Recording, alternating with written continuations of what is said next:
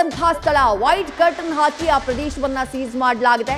ಸ್ಫೋಟ ನಡೆದಂತಹ ಪ್ರದೇಶದಲ್ಲಿ ಬಿಗಿ ಪೊಲೀಸ್ ಸರ್ಪಗಾವಲನ್ನ ಹಾಕಲಾಗಿದೆ.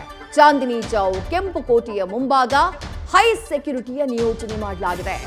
ನಿನ್ನೆ ನಡೆದಂತಹ ಘಟನೆಯ ಬಳಿಕ ಇಡೀ ಪ್ರದೇಶ ಏನಿದೆ, ಈ ಕೃತ್ಯ ನಡೆದಂತಹ ಪ್ರದೇಶ, ಆ ಪ್ರದೇಶವನ್ನ ಕವರ್ ಮಾಡಿದ್ದಾರೆ ಪೊಲೀಸರು.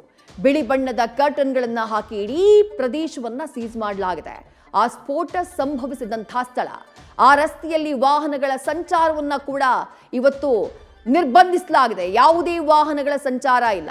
ಎರಡು ಬದಿ ವಾಹನಗಳ ಸಂಚಾರ ಇದ್ದು, ಟೂ ವೇ ವಾಹನಗಳ ಸಂಚಾರ ಇದ್ದಂಥ ರಸ್ತೆ, ಮಧ್ಯಭಾಗದಲ್ಲಿ ಡಿವೈಡರ್ ಇದೆ. ಆ ಎರಡೂ ರಸ್ತೆಗಳಲ್ಲೂ ವಾಹನಗಳ ಸಂಚಾರವನ್ನ ನಿರ್ಬಂಧಿಸಲಾಗಿದೆ. ಅಲ್ಲಿ FSL ಟೀಮ್ ಸೇರಿದಂತೆ ತನಿಖಾ ಸಂಸ್ಥೆಗಳು ಇನ್ನೂ ಕೂಡ ಸಾಕ್ಷಿಗಳ ಹುಡುಕಾಟದಲ್ಲಿ ಸ್ಥಳ ಪರಿಶೋಧನೆಯಲ್ಲಿ ತೊಡಗಿದ್ದಾವೆ. ಘಟನಾ ಸ್ಥಳದ ದೃಶ್ಯವನ್ನ ನೋಡ್ತಾ ಇದ್ದೀವಿ.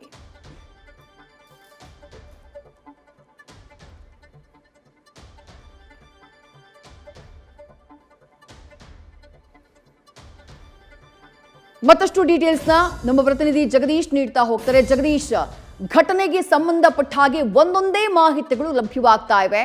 ನಿನ್ನೆ ಘಟನೆ ನಡೆದಂತಹ ಟೈಮ್ನಲ್ಲಿ ಆರಂಭದಲ್ಲಿ ಯಾರೋ CNG ಅಂತಂದ್ರು, ಆದ್ರೆ ಈಗ ಘಟನೆಯ ನಿಜವಾದ ಸ್ವರೂಪ ಏನು ಅದು ಬೆಳಕಿಗೆ ಬರ್ತಾ ಇದೆ.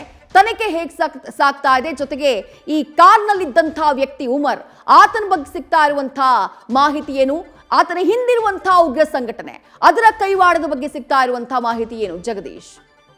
ವಿದ್ಯಶ್ರೀ, ನಿನ್ನೆ ಸಂಜೆ ನಡೆದಿರ್ತಕ್ಕಂತಹ ಸ್ಫೋಟ ಇದೆಯಲ್ಲ, ಸ್ಫೋಟದ ತನಿಖೆಯ ತೀವ್ರತೆ ಈಗ ದೊಡ್ಡ ಮಟ್ಟದಲ್ಲಿ ನಡೀತಾ ಇದೆ. ಎಲ್ಲ ಆಯಾಮಗಳಲ್ಲೂ ಸಹಿತ ತನಿಖೆಯನ್ನು ಮಾಡಿಕೊಳ್ಳುವಂತಹ ಕೆಲಸವನ್ನ ದೆಹಲಿ ಪೊಲೀಸರು ಮಾಡ್ತಾ ಇದ್ದಾರೆ. ಮತ್ತು ಅದರ ಜೊತೆಗೆ ಜಮ್ಮು ಕಾಶ್ಮೀರ ಪೊಲೀಸರು ಮತ್ತು ಹರಿಯಾಣ ಪೊಲೀಸರು ಸಹ ಅವರಿಗೆ ಸಾಥನ್ನು ಕೊಡುವಂತಹ ಕೆಲಸವನ್ನ ಮಾಡ್ತಾ ಇದ್ದಾರೆ. ಕಾರಣ ಏನು ಅಂತಂದ್ರೆ, ಒಂದು ದೆಹಲಿಯಲ್ಲಿ ಆಗಿರ್ತಕ್ಕಂತಹ ಸ್ಫೋಟದ ಹಿಂದಿರುವಂತಹ ರೂವಾರಿ ಏನಂದ್ರೆ ಜಮ್ಮು ಕಾಶ್ಮೀರಕ್ಕೆ ಲಿಂಕ್ ಸಿಗುವಂತಹ ಅಂದ್ರೆ ಲೆಕ್ಕಾಚಾರಗಳು ಕಾಣ್ತಾ ಇದ್ದಾವೆ. ಕಾರಣ ಏನು ಅಂದ್ರೆ, ನಿನ್ನೆ ನಡೆದಿರ್ತಕ್ಕಂತಹ ಏನಂದ್ರೆ ಫರೀದಾಬಾದ್ನಲ್ಲಿ ಆಗಿರ್ತಕ್ಕಂತಹ ಅಲ್ಲಿ ಏನಂದ್ರೆ ಇದನ್ನ ಬಾಂಬ್ನ ತೆಗೆದುಕೊಳ್ಳುವುದು ಅಥವಾ ಏನೋ RDF ಆಗಿರ್ಬೋದು, ಎಲ್ಲವನ್ನ ಸಹಿತ ಏನಂದ್ರೆ ತೆಗೆದುಕೊಳ್ಳುವಂತಹ ಸಂದರ್ಭದಲ್ಲಿ ಇದರ ಮೂಲವಾದಂತಹ ಮಾಹಿತಿಯನ್ನು ಕೊಟ್ಟಿರುವಂತದ್ದು ಜಮ್ಮು ಕಾಶ್ಮೀರದಲ್ಲಿ ಒಬ್ಬ ಉಗ್ರನನ್ನ ಬಂಧನ ಮಾಡಲಾಗುತ್ತೆ. ಆ ವ್ಯಕ್ತಿಯ ಮಾಹಿತಿಯ ಆಧಾರದ ಮೇಲೆ ನಿನ್ನೆ ಫರೀದಾಬಾದ್ನಲ್ಲಿ ಅಂತಂದ್ರೆ ಅಲ್ಲಿ RDX ಅಂತಂದ್ರೆ ಏನೋ ತೆಗೆದುಕೊಳ್ಳುವಂತಹ ಕೆಲಸವನ್ನ ಮಾಡ್ತಾರೆ. ಅವರಿಗೂ ಮತ್ತೆ ಈ ಉಮರ್ ಮೊಹಮ್ಮದ್ಗೂ ಸಹಿತ ಅಂದ್ರೆ ಲಿಂಕ್ ಇದೆ ಅನ್ನುವಂತಹ ವಿಚಾರ ಗೊತ್ತಾಗ್ತಾ ಇರುವಂತದ್ದು. ಕಾರಣ ಏನು ಅಂತಂದ್ರೆ, ಈ ಒಂದು ವ್ಯಕ್ತಿ ಏನಿದಾನಲ್ಲ, ಈ ವ್ಯಕ್ತಿಯು ಸಹಿತ ಇದೇ ರೀತಿಯಾದಂತಹ ಚಟುವಟಿಕೆಗಳಲ್ಲಿ ಹಿಂದೆ ಭಾಗಿಯಾಗಿದ್ದ ಅನ್ನುವಂತಹ ವಿಚಾರ ಗೊತ್ತಾಗ್ತಾ ಇರುವಂತದ್ದು. ಮತ್ತೆ ಈ ಘಟನಾ ಸ್ಥಳದ ಸಂಪೂರ್ಣವಾದಂತಹ CC ಕ್ಯಾಮೆರಾಗಳು ಸಹ ದೆಹಲಿ ಪೊಲೀಸರು ಕಲೆಕ್ಟ್ ಮಾಡುವಂತಹ ಕೆಲಸವನ್ನ ಮಾಡಿದ್ದಾರೆ. ನಿನ್ನೆ ಮಧ್ಯಾಹ್ನ 3 ಗಂಟೆಯಿಂದ ಇಲ್ಲಿಯವರೆಗೆ ಇರುವಂತಹ ಅಂದ್ರೆ ತನಿಖಾ ವಿಚಾರಗಳು ಎಲ್ಲಿವರೆಗೆ ನಡೀತಾ ಇರುತ್ತಲ್ಲ, ಮಧ್ಯರಾತ್ರಿ 12 ಗಂಟೆವರೆಗೆ, ಅಲ್ಲಿವರೆಗೂ ಸಹಿತ CC ಕ್ಯಾಮೆರಾಗಳನ್ನ ತೆಗೆದುಕೊಳ್ಳುವಂತಹ ಕೆಲಸವನ್ನ ಮಾಡಿದ್ರು. ಬರೋಬ್ಬರಿ 100ಕ್ಕೂ ಹೆಚ್ಚು CC ಕ್ಯಾಮೆರಾಗಳನ್ನ ಕಲೆಕ್ಟ್ ಮಾಡಿದ್ದಾರೆ. ಅದರಲ್ಲಿ ಈ ಉಮರ್ ಮೊಹಮ್ಮದ್ ಚಲನವಲನದ ಬಗ್ಗೆ ಸಂಪೂರ್ಣವಾಗಿ ಕೆಲವೊಂದು ಭಾಗಗಳಲ್ಲಿ ಅಂದ್ರೆ ವಿಡಿಯೋ ಸಿಗುವಂತಹ ಕೆಲಸ ಆಗುತ್ತೆ. ಅಂದ್ರೆ ಇವನು ಕಾರು ಮಧ್ಯಾಹ್ನ 3 ಗಂಟೆಯಿಂದ ಏನಂದ್ರೆ 6 ಗಂಟೆವರೆಗೆ ಎಲ್ಲಿ ನಿಲ್ಲಿಸಿದ್ದ, ಅದಾದ್ಮೇಲೆ 6 ಗಂಟೆಯಿಂದ 6:54ರವರೆಗೆ ಗಾಡಿಯನ್ನ ಓಡಿಸ್ಕೊಂಡು ಬರುವಂತಹ ಸಂದರ್ಭದಲ್ಲಿ ದೆಹಲಿಯ ಒಂದು ಟೋಲ್ ಪ್ಲಾಜಾದಲ್ಲಿ ಆ ಒಬ್ಬ ವ್ಯಕ್ತಿಯ ಮುಖ ಚೆಹರೆ ಕಾಣುತ್ತೆ. ಆದ್ರೆ ಅವನು ಮಾಸ್ಕ್ ಅನ್ನು ಹಾಕೊಂಡಿದ್ದ. ಅವನು ಉಮರ್ ಮೊಹಮ್ಮದ್, ಡಾಕ್ಟರ್ ಉಮರ್ ಮೊಹಮ್ಮದ್ ಅನ್ನುವಂತಹ ವಿಚಾರ ಗೊತ್ತಾಗ್ತಾ ಇದೆ. ಆದ್ರೆ ಪ್ರಾಥಮಿಕ ಹಂತಗಳಲ್ಲಿ ಅವನೇ ಇದ್ದಾನೆ ಅಂತ ಹೇಳಲಾಗ್ತಾ ಇದ್ರು ಸಹ ಅಲ್ಲಿ DNA ಟೆಸ್ಟ್ ಮಾಡೋ ಸಲುವಾಗಿ ಈಗಾಗಲೇ ದೆಹಲಿಯ ಪೊಲೀಸರು ಮತ್ತು FSL ತಂಡ ಏನಿದೆ, ಆ ಒಂದು ದೇಹದ ಬಿಡಿ ಭಾಗಗಳಂದ್ರೆ ಫುಲ್ ಛಿದ್ರವಾಗಿ ಬಿದ್ದಿರತಕ್ಕಂತಹ ಭಾಗಗಳೇನಿದಾವಲ್ಲ, ಅದರ DNA ಏನಂದ್ರೆ ಸ್ಯಾಂಪಲ್ಗಾಗಿರಂದ್ರೆ ಅವರ ಕುಟುಂಬದ ಜೊತೆಗೆ ಮ್ಯಾಚ್ ಮಾಡುವಂತಹ ಕೆಲಸಕ್ಕೆ ಏನಂದ್ರೆ ದೆಹಲಿ ಪೊಲೀಸರು ಮುಂದಾಗ್ತಾ ಇದ್ದಾರೆ. ಆ ಕಾರಣಕ್ಕಾಗಿ ಉಮರ್ ಅವರ ಏನಂದ್ರೆ ಅವನ ಮನೆಯ ಕುಟುಂಬಸ್ಥರು ಯಾರಿದ್ದಾರೆ ಎಲ್ಲರನ್ನೂ ಸಹಿತ ಅಲ್ಲಿ ಪೊಲೀಸರು ಏನಂದ್ರೆ ಜಮ್ಮು ಕಾಶ್ಮೀರ ಪೊಲೀಸರು ಬಂಧನವನ್ನ ಮಾಡಿದ್ದಾರೆ ಅನ್ನುವಂತಹ ವಿಚಾರ ಗೊತ್ತಾಗ್ತಾ ಇರುವಂತದ್ದು. ಈ ಮೂಲಕವಾಗಿ ತನಿಖೆಯ ಹಾದಿ ನಡೀತಾ ಇರುವಂತದ್ದು ಏನಂದ್ರೆ ಮತ್ತೆ ವಾಪಸ್ ಜಮ್ಮು ಕಾಶ್ಮೀರಕ್ಕೆ ಏನಂದ್ರೆ ಲಿಂಕ್ ಆಗುವಂತಹ ಏನಂದ್ರೆ ವಿಚಾರಗಳು ಗೊತ್ತಾಗ್ತಾ ಇದ್ದಾವೆ. ಅದರಲ್ಲೂ ಪ್ರಮುಖವಾಗಿ ಈ ಉಮರ್ ಮೊಹಮ್ಮದ್ ಯಾರು, ಅವನ ಹಿನ್ನೆಲೆ ಏನು, ಅವನು ಈ ಹಿಂದೆ ಯಾವ ರೀತಿಯಾಗಿರಂತಂದ್ರೆ ಏನೋ ಇದ್ದ, ಯಾರ ಜೊತೆ ಲಿಂಕಲ್ಲಿ ಇದ್ದ, ಯಾವ ಸಂಘಟನೆಗಳ ಜೊತೆಗೆ ನಿರಂತರವಂತಹ ಸಂಪರ್ಕದಲ್ಲಿದ್ದ, ಈಗಾಗಲೇ ಬಂಧನ ಆಗಿರುವಂತಹ ಏನಂದ್ರೆ ಟೆರರಿಸ್ಟ್ಗಳಿದಾರಲ್ಲ ಅವರ ಜೊತೆಗೆ ಇವನ ಸಂಬಂಧ ಏನು, ಇವ್ರ ಜೊತೆ ಲಿಂಕ್ ಏನಿತ್ತು, ಮತ್ತೆ ಎಷ್ಟು ದಿವಸಗಳಿಂದ ಏನಂದ್ರೆ ಒಡನಾಟ ಇತ್ತು, ಮತ್ತೆ ಈ ಒಂದು RDX ಬಾಂಬ್ ಆಗಿರ್ಬೋದು ಅಥವಾ ಸ್ಫೋಟಕಗಳನ್ನ ಕಾರಿನಲ್ಲಿ ತುಂಬಿಕೊಂಡು ಹೋಗುವಂತಹ ಸಂದರ್ಭದಲ್ಲಿ ಆ ಒಂದು ಸ್ಫೋಟಕಗಳು ಬಂದಿರುವಂತದ್ದು ಎಲ್ಲಿಂದ, ಅದರ ಜೊತೆಗೆ ಏನಂದ್ರೆ ಆ ಸ್ಫೋಟಕಗಳು ಬಂದಂತಹ ಸಂದರ್ಭದಲ್ಲಿ ಈ ನಿನ್ನೆ ಆಗಿರ್ತಕ್ಕಂತಹ ಘಟನೆ ಇದೆಯಲ್ಲ, ನಿನ್ನೆ ಆಗಿರ್ತಕ್ಕಂತಹ ಘಟನೆಯನ್ನ 2 ಆಯಾಮಗಳಲ್ಲಿ ನೋಡಲಾಗ್ತಾ ಇದೆ.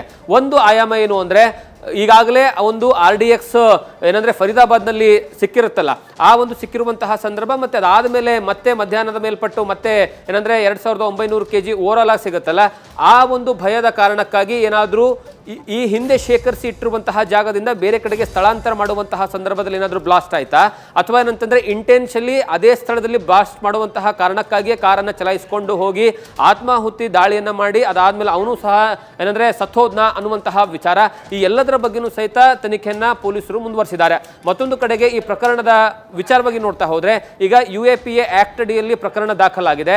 ಆದರೆ ಈ ಪ್ರಕರಣವನ್ನ ಹೆಚ್ಚುವರಿ ತನಿಖೆಗಾಗಿ ಅಂದ್ರೆ ಅದರ ಸಂಪೂರ್ಣವಾದಂತಹ ಪೂರ್ತಿ ತನಿಖೆಯ ಜವಾಬ್ದಾರಿಯನ್ನ NIಗೆ ಕೊಡಬೇಕು ಅನ್ನುವಂತಹ ಏನಂದ್ರೆ ವಿಚಾರವೂ ಸಹಿತ ನಡೀತಾ ಇದೆ. ಇವತ್ತು ಬೆಳಗ್ಗೆ 11 ಗಂಟೆಗೆ ಗೃಹ ಸಚಿವ ಅಮಿತ್ ಶಾ ಅವರ ನೇತೃತ್ವದಲ್ಲಿ ಉನ್ನತ ಮಟ್ಟದ ಸಭೆ ಇದೆ. ಆ ಸಭೆಯಲ್ಲಿ DGIG ಆಗಿರ್ಬೋದು, ದೆಹಲಿ ಪೊಲೀಸ್ ಮುಖ್ಯಸ್ಥರಾಗಿರ್ಬೋದು, ಅಥವಾ IB ಮುಖ್ಯಸ್ಥರಾಗಿರ್ಬೋದು, ಅದ್ರ ಜೊತೆಗೆ NIA ಮುಖ್ಯಸ್ಥರಾಗಿರ್ಬೋದು, ಜಮ್ಮು ಕಾಶ್ಮೀರದ ಏನಂದ್ರೆ DG and IG ಅವರೆಲ್ಲರೂ ಸಹ ಈ ಒಂದು ಸಭೆಯಲ್ಲಿ ಭಾಗಿಯಾಗ್ತಾರೆ. ಗೃಹ ಸಚಿವರ ಕಾರ್ಯಾಲಯದ ಅಂದ್ರೆ ಕಾರ್ಯದರ್ಶಿಗಳು ಸಹಿತ ಏನಂದ್ರೆ ಈ ಒಂದು ಸಭೆಯಲ್ಲಿ ಭಾಗಿಯಾಗ್ತಾರೆ. ಅದಾದ ಮೇಲೆ ಕಳೆದ 14 ಗಂಟೆಗಳಿಂದ ನಿರಂತರವಾಗಿ ಆಗಿರ್ತಕ್ಕಂತಹ ತನಿಖೆಯ ವಿವರಗಳು ಮತ್ತೆ ಯಾವೆಲ್ಲ ಸಾಕ್ಷಿಗಳು ಸಿಕ್ಕಿದಾವೆ, ಈಗಾಗಲೇ ಸ್ಯಾಂಪಲ್ಗಳನ್ನು ಕಲೆಕ್ಟ್ ಮಾಡುವಂತಹ ಕೆಲಸವನ್ನ ಮಾಡಲಾಗಿದೆ ಅಲ್ಲ, ಬರೋಬ್ಬರಿ 112ಕ್ಕೂ ಹೆಚ್ಚು ಸ್ಯಾಂಪಲ್ಗಳನ್ನು ಕಲೆಕ್ಟ್ ಮಾಡಿದ್ದಾರೆ ಅನ್ನುವಂತಹ ವಿಚಾರ ಗೊತ್ತಾಗ್ತಾ ಇದೆ. ಆ ಒಂದು ಸ್ಯಾಂಪಲ್ಗಳಲ್ಲಿ ಏನಾದರೂ ಏನಂದ್ರೆ ತನಿಖೆಯ ಪ್ರಾಥಮಿಕ ಹಂತದ ವರದಿ ಏನಾದರೂ ಸಿಗುತ್ತಾ? ಯಾಕಂದ್ರೆ ಈ ಒಂದು ಸಭೆಯಲ್ಲಿ ಕೂತ್ಕೊಂಡಂತಹ ಸಂದರ್ಭದಲ್ಲಿ ಪೂರ್ತಿಯಾಗಿ ಎಲ್ಲದರ ಬಗ್ಗೆನೂ ಸಹಿತ ವಿವರವನ್ನು ಕಲೆಕ್ಟ್ ಮಾಡುವಂತಹ ಕೆಲಸವನ್ನ ಮಾಡಲಾಗುತ್ತೆ. ಈಗ ಇರುವಂತದ್ದು ಈ ಸಂಘಟನೆಗಳು ಯಾರು, ಈ ಒಂದು ಟೆರರಿಸ್ಟ್ ಆರ್ಗನೈಸೇಷನ್ ಯಾರು, ಆ ಒಂದು ಆರ್ಗನೈಸೇಷನ್ ಏನಂದ್ರೆ ಯಾವ ಹಂತದಲ್ಲಿ ಕಾರ್ಯವನ್ನು ನಿರ್ವಹಿಸ್ತಾ ಇದೆ. ಜಮ್ಮು ಕಾಶ್ಮೀರದಲ್ಲಿ ನೀವು ಕಳೆದ ಒಂದು ಸ್ವಲ್ಪ ದಿವಸಗಳಿಂದ ಅಬ್ಸರ್ವ್ ಮಾಡಿದ್ರೆ ವಿದ್ಯಶ್ರೀ, ಕಳೆದ ಒಂದು ಅಂದ್ರೆ 15 ರಿಂದ 20 ದಿವಸಗಳಿಂದ ಅಬ್ಸರ್ವ್ ಅನ್ನ ಮಾಡಿದ್ದೆ. ಆದ್ರೆ ಜಮ್ಮು ಕಾಶ್ಮೀರದ ಏನಂದ್ರೆ ಅಲ್ಲಿ ಆಪರೇಷನ್ ಮಾಡುವಂತಹ ಸಂದರ್ಭದ ಏನಂದ್ರೆ ವಿವರಗಳನ್ನು ಕಲೆಕ್ಟ್ ಮಾಡ್ತಾ ಹೋದ್ರೆ ನೀವು 15 ದಿವಸಗಳಿಂದ ಅತಿ ಹೆಚ್ಚಿನ ಪ್ರಮಾಣದಲ್ಲಿ ಒಂದು ಪುಲ್ವಾಮಾ ಆಗಿರ್ಬೋದು, ಅನಂತನಾಗ್ ಡಿಸ್ಟಿಕ್ ಆಗಿರ್ಬೋದು, ಬಂಡೀಪುರ ಆಗಿರ್ಬೋದು, ಈ ಎಲ್ಲಾ ಪ್ರದೇಶಗಳಲ್ಲಿ ಆಪರೇಷನ್ ನಡೀತಾ ಇತ್ತು. ಅಂದ್ರೆ ಉಗ್ರರನ್ನ ಸೆದೆಬಡಿಯುವಂತಹ ಆಪರೇಷನ್ ನಿರಂತರವಾಗಿ ನಡೀತಾ ಇತ್ತು. ಆ ಸಂದರ್ಭದಲ್ಲಿ ಕಳೆದ 12 ದಿವಸಗಳಿಂದ 13 ದಿವಸಗಳ ಹಿಂದೆ ಅಲ್ಲಿ ಉಗ್ರರ ಜೊತೆಗೆ ನಿರಂತರವಾದಂತಹ ಗುಂಡಿನ ಚಕಮಕಿಯಲ್ಲಿ ಏನಂದ್ರೆ 3 ಜನ ಉಗ್ರರನ್ನ ಸೆದೆಬಡಿಯುವಂತಹ ಕೆಲಸವನ್ನ ಮಾಡಲಾಗುತ್ತೆ. ತದನಂತರ ಮತ್ತಷ್ಟು ಆಪರೇಷನ್ ಹೆಚ್ಚಿನ ಪ್ರಮಾಣದಲ್ಲಿ ಮಾಡಿದಂತಹ ಸಂದರ್ಭದಲ್ಲಿ ಅಲ್ಲಿ ಒಬ್ಬ ಉಗ್ರನನ್ನ ವಶಕ್ಕೆ ಪಡ್ಕೊಳ್ಳುವಂತಹ ಕೆಲಸವನ್ನ ಮಾಡ್ತಾರೆ. ಅವನ ಹೇಳಿಕೆಯ ಆಧಾರದ ಮೇಲೆ RDXಗಳು ಪತ್ತೆ ಆಗುತ್ತೆ. ಅವನ ಹೇಳಿಕೆಯ ಆಧಾರದ ಮೇಲೆ ದೊಡ್ಡ ಮಟ್ಟದಲ್ಲಿ ಏನು ಮುಂದೆ ಪ್ಲಾನ್ ಮಾಡುವಂತಹ ವಿಧ್ವಂಸ ಕೃತ್ಯ ಏನಿತ್ತಲ್ಲ ಅದು ಬಯಲಿಕ್ಕಾಗುತ್ತೆ. ಅದಾದ ಮೇಲೆ ನೆನ್ನೆ ಸಿಕ್ಕಿರುವಂತಹ RDX ಆಗಿರ್ಬೋದು, ನೆನ್ನೆ ಸಿಕ್ಕಿರುವಂತಹ ಸ್ಫೋಟಕಗಳಾಗಿರ್ಬೋದು, ಆ ಒಂದು ಡಿಟೇನ್ ಮಾಡಿರುವಂತಹ ಸಂದರ್ಭದ ನಂತರ ತಡರಾತ್ರಿ ಆಗಿರ್ತಕ್ಕಂತಹ ಘಟನೆ ಆಗಿರೋ ಕಾರಣಕ್ಕಾಗಿ ಆ ಒಂದು ಪ್ರಕರಣಕ್ಕೂ ಮತ್ತೆ ನೆನ್ನೆ ಆಗಿರ್ತಕ್ಕಂತಹ ತಡರಾತ್ರಿ ಆಗಿರ್ತಕ್ಕಂತಹ ಸ್ಫೋಟಕ್ಕೂ ಏನಾದರೂ ಲಿಂಕ್ ಇದೆಯಾ ಅನ್ನುವಂತಹ ವಿಚಾರವನ್ನ ಸಹಿತ ಪೊಲೀಸರು ತನಿಖೆ ಮಾಡುವಂತಹ ಕೆಲಸವನ್ನ ಮಾಡ್ತಾ ಇದ್ದಾರೆ. ಈಗಾಗಲೇ ಪೊಲೀಸರಿಗೂ ಸಹ ಅಂದ್ರೆ ಕೇಂದ್ರ ಗೃಹ ಇಲಾಖೆಯ ಸಚಿವರು ಮತ್ತೆ ಏನಂದ್ರೆ ಮಾಹಿತಿಯನ್ನು ಕೊಟ್ಟಿರುವಂತದ್ದು ಎಲ್ಲಾ ರೀತಿಯ ಆಯಾಮಗಳಲ್ಲೂ ಸಹ ಈ ತನಿಖೆಯನ್ನ ಮಾಡಬೇಕು ಅಂತ. ಆ ಕಾರಣಕ್ಕಾಗಿಯೇ ಈ ತನಿಖೆಯ ಭಾಗವಾಗಿ ಒಟ್ಟು 8 ಏನಂದ್ರೆ ಡಿಪಾರ್ಟ್ಮೆಂಟ್ಗಳು ವರ್ಕ್ ಮಾಡ್ತಾ ಇದ್ದಾವೆ. ಆ 8 ಡಿಪಾರ್ಟ್ಮೆಂಟ್ಗಳು ಅವರವರಿಗೆ ಬೇಕಾದಂತಹ ರೀತಿಯಲ್ಲಿ ಏನಂತಂದ್ರೆ ಅವರವರಿಗೆ ಏನಂದ್ರೆ ತೆಗೆದುಕೊಳ್ಳುವಂತಹ ನಿರ್ಧಾರಗಳ ಆಧಾರದ ಮೇಲೆ ಏನಂದ್ರೆ ಇನ್ವೆಸ್ಟಿಗೇಷನ್ ನಡೀತಾ ಇದೆ. ಇನ್ನೊಂದು ಬಹಳಷ್ಟು ಪ್ರಮುಖವಾಗಿರುವಂತಂದ್ರೆ ಈ ಉಮರ್ ಮೊಹಮ್ಮದ್ ಏನಂದ್ರೆ ಎಲ್ಲಿ ಇದ್ದ ಇಷ್ಟು ದಿವಸಗಳ ಕಾಲ, ಅವನು ಎಲ್ಲಿ ಸ್ಟೇ ಆಗಿದ್ದ, ಯಾವ ಮನೆಯಲ್ಲಿ ಇದ್ದ, ಮತ್ತೆ ಅದ್ರ ಜೊತೆಗೆ ಹೋಟೆಲ್ನಲ್ಲಿ ಇದ್ದ ಅನ್ನುವಂತಹ ವಿಚಾರ ಗೊತ್ತಾಗ್ತಾ ಇದೆ. ದೆಹಲಿಯ 2 ಪ್ರದೇಶಗಳೇನಿದಾವೆ ಆ 2 ಪ್ರದೇಶಗಳ ಹೋಟೆಲ್ಗಳ ಸಂಪೂರ್ಣವಾದಂತಹ ವಿವರವನ್ನು ಕಲೆಕ್ಟ್ ಮಾಡುವಂತಹ ಕೆಲಸವನ್ನ ಮಾಡ್ತಾ ಇದ್ದಾರೆ. ನೀವು ಚಾಂದನಿ ಚೌಕ್ ಅಂತ ಹೇಳಿದ ತಕ್ಷಣವೇ ಚಾಂದನಿ ಚೌಕ್ ಅತಿ ಹೆಚ್ಚು ಜನರಿರುವಂತಹ ಜಾಗ, ಅತಿ ಹೆಚ್ಚು ಜನರು ಓಡಾಡುವಂತಹ ಜಾಗ, ಅತಿ ಹೆಚ್ಚು ಮಾರ್ಕೆಟ್ ಇರುವಂತಹ ಜಾಗ, ವ್ಯಾಪಾರ ವಹಿವಾಟು ಆಗುವಂತಹ ಜಾಗ. ಅದರಲ್ಲೂ ಪ್ರಮುಖವಾಗಿ ಚಾಂದನಿ ಚೌಕ್ ಮತ್ತೆ ಏನಂದ್ರೆ ಕೆಂಪುಕೋಟೆಯ ಮುಂಭಾಗದಲ್ಲಿರುವಂತಹ ಸ್ಥಳ ಏನಂದ್ರೆ ನೀವು ಯಾವುದೇ ಸಂದರ್ಭದಲ್ಲಿ ಹೋಗಿ ರಾತ್ರಿ 12 ಗಂಟೆ ಹೋದ್ರು ಸಹ ಅಲ್ಲಿ ಸದಾ ಜನರು ಇದ್ದೇ ಇರ್ತಾರೆ. ಅಷ್ಟರ ಮಟ್ಟಿಗೆ ಏನಂತಂದ್ರೆ ಆ ಜಾಗದಲ್ಲಿ ಏನಂದ್ರೆ ಜನರಿರುವಂತಹ ಕಾರಣಕ್ಕಾಗಿ ಆ ಒಂದು ಪ್ರದೇಶವನ್ನ ಸೆಲೆಕ್ಟ್ ಮಾಡಿಕೊಂಡು ಇಂಟೆನ್ಷನ್ಲಿ ಬ್ಲಾಸ್ಟ್ ಮಾಡಿದ್ರೆ ಅಥವಾ ಆ ಕಾರಲ್ಲಿ ಹೋಗುವಂತಹ ಸಂದರ್ಭದಲ್ಲಿ ಅಲ್ಲಿ ಆ ವಸ್ತುಗಳನ್ನ ಅಂದ್ರೆ ಸ್ಫೋಟಕಗಳನ್ನ ಬೇರೆ ಕಡೆಗೆ ಸಾಗಿಸುವಂತಹ ಸಂದರ್ಭದಲ್ಲಿ ಸ್ಫೋಟ ಆಯ್ತಾ, ಈ ಎಲ್ಲದರ ಬಗ್ಗೆನೂ ಸಹಿತ ವಿವರಣೆಗಳನ್ನ ಪಡ್ಕೊಳ್ಳುವಂತಹ ಕೆಲಸವನ್ನ ಅಮಿತ್ ಶಾ ಅವರು ಬೆಳಗ್ಗೆ 11 ಗಂಟೆ ನಡೆಯುವಂತಹ ಸಭೆಯಲ್ಲಿ ಮಾಡ್ತಾರೆ.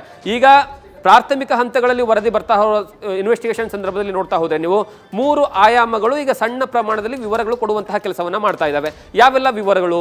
ಒಂದು ಕಾರಿನ ಮಾಲೀಕನ ಬಗ್ಗೆ, ಕಾರು ಯಾವಾಗ ಪರ್ಚೇಸ್ ಆಯಿತು, ಅದಾದಮೇಲೆ ಯಾರಿಗೆ ಸೇಲ್ ಆಯಿತು, ಅದಾದಮೇಲೆ 3ನೇ ವ್ಯಕ್ತಿ ಯಾರು, 4ನೇ ವ್ಯಕ್ತಿ ಯಾರು. ಯಾಕಂದ್ರೆ ಮೊದಲು ಕಾರು ಪರ್ಚೇಸ್ ಮಾಡಿರುವಂಥದ್ದು ಸಲ್ಮಾನ್, ಅದು ಗುರುಗ್ರಾಮದಲ್ಲಿರುವಂತಹ ಹರಿಯಾಣದ ಏನಂದ್ರೆ ಪ್ರದೇಶದಲ್ಲಿರುವಂತಹ ಹರಿಯಾಣದ ವ್ಯಕ್ತಿ ಮೂಲವಾಗಿ ಪರ್ಚೇಸ್ ಅನ್ನ ಮಾಡ್ತಾನೆ. ಆ ಸಲ್ಮಾನ್ನಿಂದ ಯಾರಿಗೆ ಹೋಯಿತು, ಅದಾದ ಮೇಲೆ ಏನಂದ್ರೆ ಶಂಕಿತ ಉಗ್ರ ಅಂತ ಕರೆಯಲಾಗುತ್ತೆ ಅಥವಾ ಏನಂದ್ರೆ ಅಲ್ಲಿರುವಂತಹ ಸ್ಥಳೀಯರು ಏನಂದ್ರೆ ಮನೆ ಇರುವಂಥದ್ದು ಪೆಹಲ್ಗಾಮು, ಅವನು ಅಲ್ಲಿರುವಂತಹ ಸಂದರ್ಭದಲ್ಲಿ ಅವನು ಪರ್ಚೇಸ್ ಮಾಡಿದ ಒಬ್ಬ ಪೆಹಲ್ಗಾಮ್ ಮೂಲದ ವ್ಯಕ್ತಿ ಅಂತ ಗೊತ್ತಾಗ್ತಾ ಇದೆ. ಅದಾದ ಮೇಲೆ ಮತ್ತೆ ಯಾರಿಗೆ ಬಂತು, ಉಮರಿಗೆ ಬಂತು ಅಂತ ಹೇಳಲಾಗ್ತಾ ಇದೆ. ಇವೆಲ್ಲವೂ ಸಹಿತ ಏನಂದ್ರೆ ಈಗ ಇರುವಂತಹ ಮಾಹಿತಿಗಳಷ್ಟೇ. ಯಾವುದೂ ಸಹ ಫೈನಲ್ ಅಲ್ಲ. ಆದರೆ ತನಿಖೆಯ ಹಂತದಲ್ಲಿ ಇದು ಪ್ರಾಥಮಿಕ ಹಂತ. ಫಸ್ಟ್ ನಮಗೆ ಏನಾದರೂ ಇನ್ಫಾರ್ಮೇಶನ್ ಬೇಕು ಅಂತಂದ್ರೆ ಇಲ್ಲಿಂದ ಆರಂಭ ಆಗುತ್ತೆ, ಅವನ ಮೂಲ ಹುಡುಕುವಂತಹ ಕೆಲಸವನ್ನ ಮಾಡಲಾಗುತ್ತೆ. ಎರಡನೇ ಆಯಾಮ ಅಂದ್ರೆ ಒಳಗಡೆ ಕುತ್ಕೊಂಡಿರುವಂತಹ ವ್ಯಕ್ತಿ. ಆರಂಭಿಕ ಹಂತಗಳಲ್ಲೇನೆ ರಾತ್ರಿವರೆಗೆ ಏನು ಹೇಳಲಾಗ್ತಾ ಇತ್ತು, ಕಾರ್ನಲ್ಲಿ 3 ಜನ ಇದ್ರು, 3 ಜನರು ಸಹಿತ ಅಂದ್ರೆ ಸಾವಿಗೀಡಾಗಿದ್ದಾರೆ ಅನ್ನುವಂತಹ ವಿವರ ಗೊತ್ತಾಗ್ತಾ ಇತ್ತು. ಆದ್ರೆ ಸಿಸಿ ಕ್ಯಾಮ್ರಾಗಳು ಮತ್ತೆ ಸಿಸಿ ವಿಜುವಲ್ಸ್ ಗಳನ್ನ ನೋಡ್ತಾ ಹೋದ್ರೆ ಅಲ್ಲಿ ಪೂರ್ತಿಯಾಗಿ ಇರುವಂತದ್ದು ಕೇವಲ ಒಬ್ಬ ವ್ಯಕ್ತಿ. ಅದು ಯಾರು? ಉಮರ್ ಅಂತ ಹೇಳಲಾಗ್ತದೆ, ಉಮರ್ ಮೊಹಮ್ಮದ್. ಆ ಉಮರ್ ಮೊಹಮ್ಮದ್ ನಿಜವಾಗ್ಲೂ ಸಹ ಯಾರು? ಆ ಉಮರ್ ಮೊಹಮ್ಮದ್ ಅಂತಾನೆ ಫೈನಲ್ ಅನ್ನ ಮಾಡಬೇಕು, ಕನ್ಫರ್ಮ್ ಮಾಡಬೇಕು ಅಂದ್ರೆ ಅವನ DNA ಪರೀಕ್ಷೆಯನ್ನ ಮಾಡಬೇಕಾಗುತ್ತೆ. ಆ DNA ಪರೀಕ್ಷೆ ಸಲುವಾಗಿ ಏನಂದ್ರೆ ಅವ್ರ ಕುಟುಂಬಸ್ಥರನ್ನ ಈಗಾಗಲೇ ಏನಂದ್ರೆ ಬಂಧನ ಮಾಡುವಂತಹ ಕೆಲಸವನ್ನ ಮಾಡಿದ್ರೆ ತಮ್ಮ ವಶಕ್ಕೆ ಪಡ್ಕೊಂಡು ಪೊಲೀಸರು ಅದನ್ನು ಸಹಿತ ತನಿಖೆಯನ್ನು ಮಾಡ್ತಾ ಇದ್ದಾರೆ. ಇದು ಎರಡನೇ ಆಯಾಮ. ಮೂರನೇ ಆಯಾಮ ಏನಂತಂದ್ರೆ ಮೂರನೇ ವಿಚಾರದಲ್ಲಿ ಚರ್ಚೆ ಆಗ್ತಾ ಇರುವಂತದ್ದು RDX ಬರ್ತಾ ಇರೋದೆಲ್ಲಿಂದ, ಈ ಸ್ಫೋಟಕಗಳನ್ನು ಕಲೆಕ್ಟ್ ಮಾಡ್ತಾ ಇರೋದೆಲ್ಲಿಂದ, ಆ ಸ್ಫೋಟಕಗಳನ್ನು ಸರಬರಾಜು ಎಲ್ಲಿಂದ ಆಗ್ತಾ ಇತ್ತು ಮತ್ತೆ ಎಲ್ಲಿಗೆ ಅದನ್ನು ತೆಗೆದುಕೊಂಡು ಹೋಗ್ತಾ ಇತ್ತು, ಈ ಎಲ್ಲದರ ಬಗ್ಗೆನೂ ಸಹಿತ ಇನ್ವೆಸ್ಟಿಗೇಷನ್ ಮಾಡುವಂತಹ ಕೆಲಸವನ್ನ ಮಾಡ್ತಾ ಇದ್ದಾರೆ. ಹಾಗಾಗಿ ತನಿಖೆ ಮಾತ್ರ ಬಹಳಷ್ಟು ಚುರುಕಾಗಿದೆ. ಯಾವುದೇ ಕಾರಣಕ್ಕೂ ಚಾಂದಿನಿ ಚೌಕ್ ಮುಂಭಾಗದಲ್ಲಿ ಯಾರಿಗೂ ಹೋಗೋದಕ್ಕೆ ಅವಕಾಶವನ್ನ ಕೊಡ್ತಾ ಇಲ್ಲ. ಮತ್ತೆ ಇಡೀ ಆ ಕೆಂಪುಕೋಟೆಯ ಮುಂಭಾಗವನ್ನ ಸೀಸ್ ಮಾಡುವಂತಹ ಕೆಲಸವನ್ನ ಮಾಡಿದ್ದಾರೆ. ಸಣ್ಣ ಸಣ್ಣ ವಿಚಾರಗಳನ್ನು ಸಹ FSL ತಂಡ ಮಾಹಿತಿಯನ್ನು ಕಲೆ ಹಾಕುವಂತಹ ಕೆಲಸವನ್ನ ಮಾಡ್ತಾ ಇದೆ. ನ್ಯೂಸ್ ಫಸ್ಟ್ ನಿರ್ಭೀತಿಯಿಂದ ನಿಮ್ಮ ಪರವಾಗಿ.